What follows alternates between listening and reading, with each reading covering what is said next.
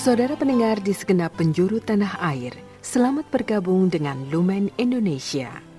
Lumen Indonesia siap melayani Anda setiap hari. Saudara terkasih, marilah kita bersatu dalam Tuhan kita Yesus Kristus yang tidak berubah dahulu, sekarang, dan selama-lamanya. Allah Sang Maha Rahim mengasihi dan menerima sebagaimana adanya kita. Allah Bapa kita di surga senantiasa bersedia menolong, menghibur, dan meneguhkan kita dalam menghadapi segala permasalahan hidup sehari-hari.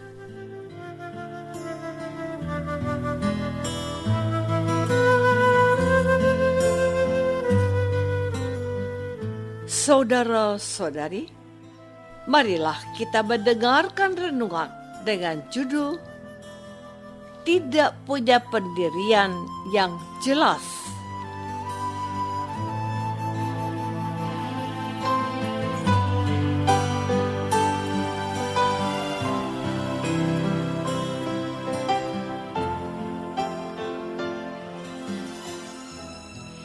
Yang berdasarkan pada Injil Matius bab 21 ayat 10 dan 11 dan Matius bab 27 ayat 22. Dan ketika Yesus masuk ke Yerusalem, gemparlah seluruh kota itu dan berkata, "Siapakah orang ini?" Inilah Nabi Yesus dari Nazaret di Galilea.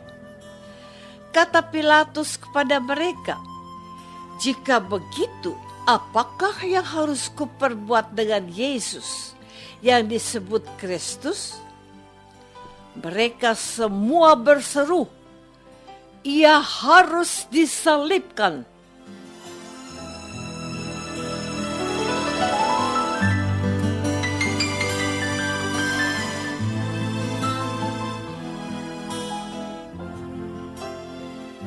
Dalam nama Bapa dan Putra dan Roh Kudus. Amin. Saudara-saudari terkasih dalam nama Tuhan Yesus Kristus. Ketika membaca dua bacaan Injil pada hari Minggu Palma ini, saya menemukan dalam pewartaan gereja Katolik tentang orang-orang yang semula mengagumi Yesus, tapi segera juga mengkhianati Dia.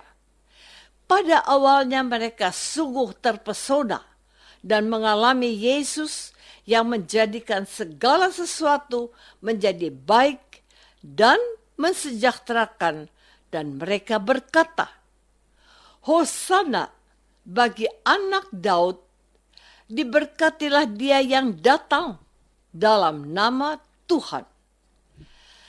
Akan tetapi, karena terpengaruh oleh hasutan orang-orang yang membenci Yesus, yaitu para ahli Taurat dan orang-orang Farisi, mereka menghendaki Yesus untuk dibunuh.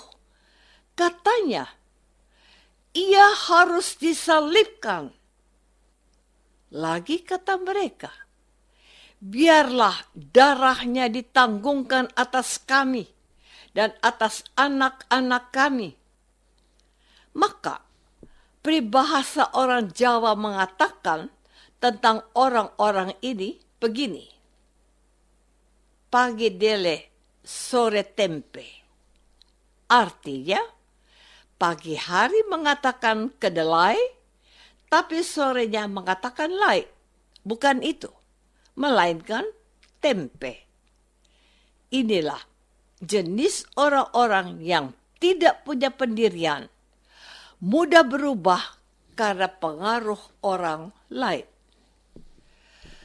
Saudara-saudari terkasih, dalam perumpamaan tentang seorang penabur, kita tahu bahwa ada benih yang ditaburkan di tengah semak berduri. Benih itu tumbuh, tapi karena terhimpit oleh semak berduri atau pengaruhi kepentingan keduniayaan, benih itu segera layu dan mati. Mereka senang menyambut kabar gembira Tuhan.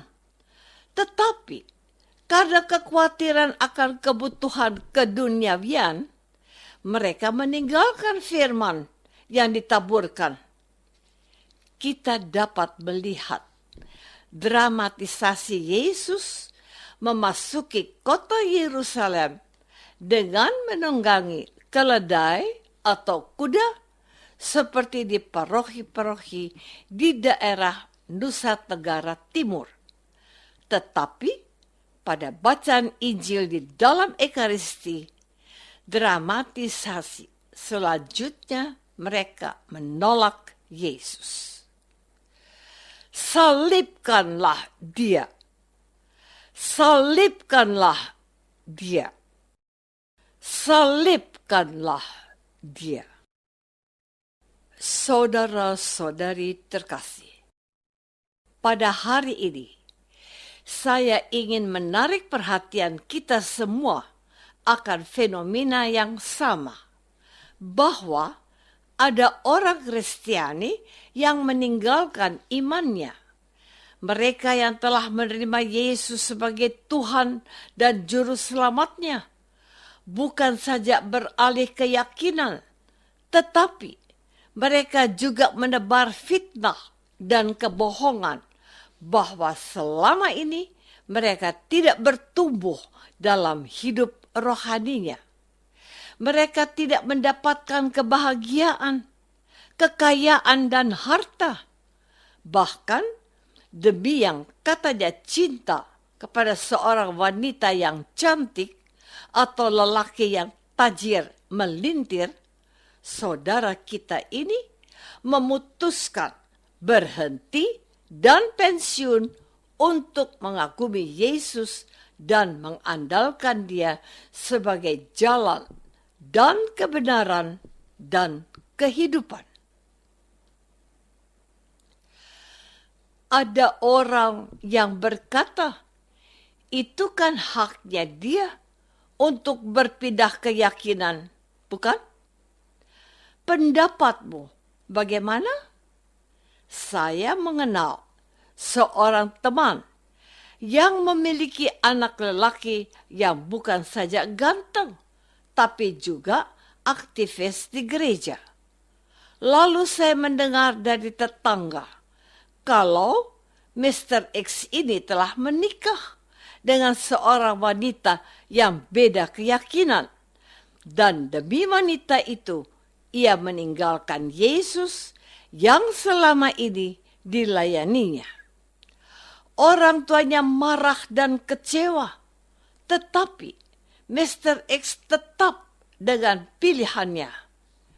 Apakah kita juga setuju dengan orang yang mengatakan, dia kan sudah besar, biarkan dia membuat pilihannya sendiri? Fakta di lapangan seperti ini masih terjadi di lingkungan gereja kita. Namun, kita patut prihatin dan menyayangkannya, bukan? Saudara-saudari terkasih, pada hari istimewa ini, yaitu satu-satunya hari dalam liturgi gereja Katolik, ada dua bacaan Injil yang sangat kontradiktif pesannya. Juga ada dua ungkapan yang bernada proklamatif, tetapi juga ada yang bernuansa provokatif. Di awal perayaan kita berseru, terpujilah yang datang dalam nama Tuhan. Tetapi kemudian kita mendengar teriak kebencian kepada Yesus yang sama, katanya, salibkanlah dia. Inilah momentum yang sangat khusus bagi kita yang telah percaya dan menerima Tuhan Yesus, yang adalah juru selamat kita. Kita sedang diingatkan untuk teguh berdiri dan kuat bertahan memegang iman kita dan mengandalkan Yesus sebagai jalan dan kebenaran dan hidup kita.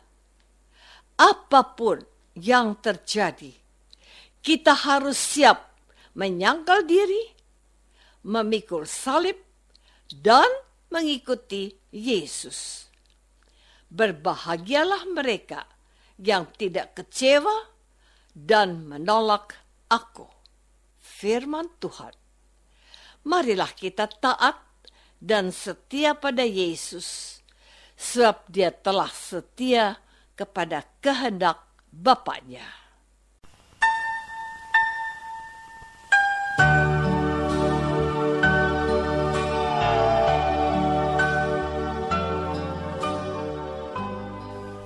Saudara terkasih, marilah kita masuk dalam saat hening sejenak untuk meresapkan renungan yang baru saja kita dengar bersama dalam kehidupan iman kita masing-masing.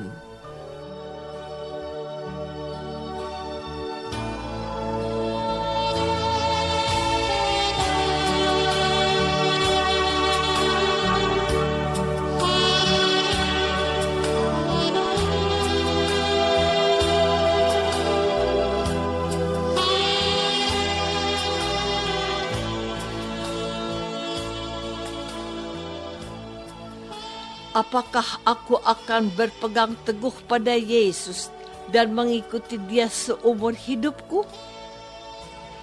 Marilah kita berdoa.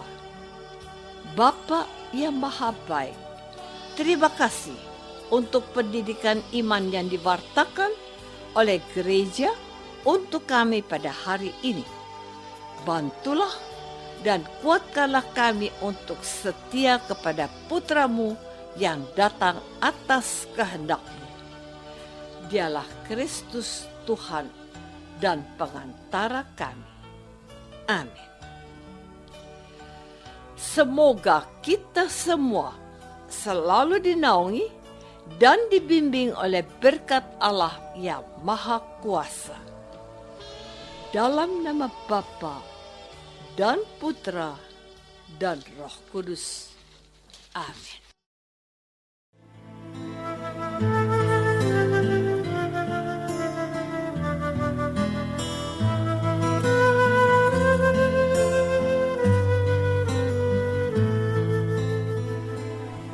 Dengan penuh kasih dan sukacita, Lumen Indonesia mengundang saudara-saudara seiman di segenap penjuru tanah air.